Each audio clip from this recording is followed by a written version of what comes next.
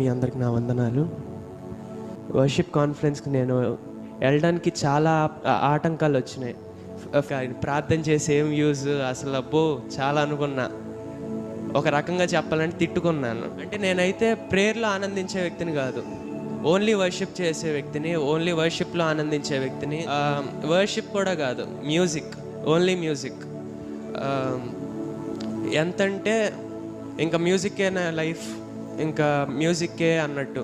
ఇంతకుముందు ఎంతగా సినిమా పాటలు వినేవాడినో, ఆ తర్వాత రాజన్న ద్వారా ఈ దేవుని పాటల్లోకి రావడానికి సహాయం చేశాడు దేవుడు. అలాగే ఆల్మోస్ట్ అప్పుడు రిపీటెడ్ కాన్ఫరెన్స్ పెట్టారు, గుర్తుందా?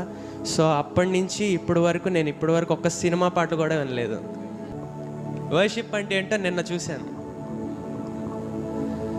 ఇప్పటి వరకు మ్యూజిక్ అనుకున్నాను, కానీ నిన్న దేవుడు బలంగా మాట్లాడాడు. మనుషుల మీద ఆధారపడుతున్నావు నువ్వు, దేవునికి నువ్వు ఎలా థ్యాంక్స్ చెప్తున్నావు? ఇన్ని మేలులు చేశాడు నీ పట్ల, అసలు నువ్వు ఎలా కృతజ్ఞత చెల్లిస్తున్నావు? నువ్వు అసలు వెలుగులో ఉన్నావా? నాకు తెలియకుండానే కళ్ళల్లో నుంచి నీళ్ళు అలా కారిపోతూ ఉన్నాయి.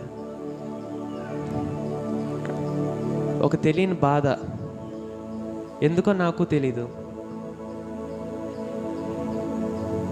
వర్షిప్లో ఫస్ట్ టైం నేను ఏడ్చి, దేవా నన్ను మార్చండి, ఈ జీవితం నాకొద్దు, 2026 నుంచి అయినా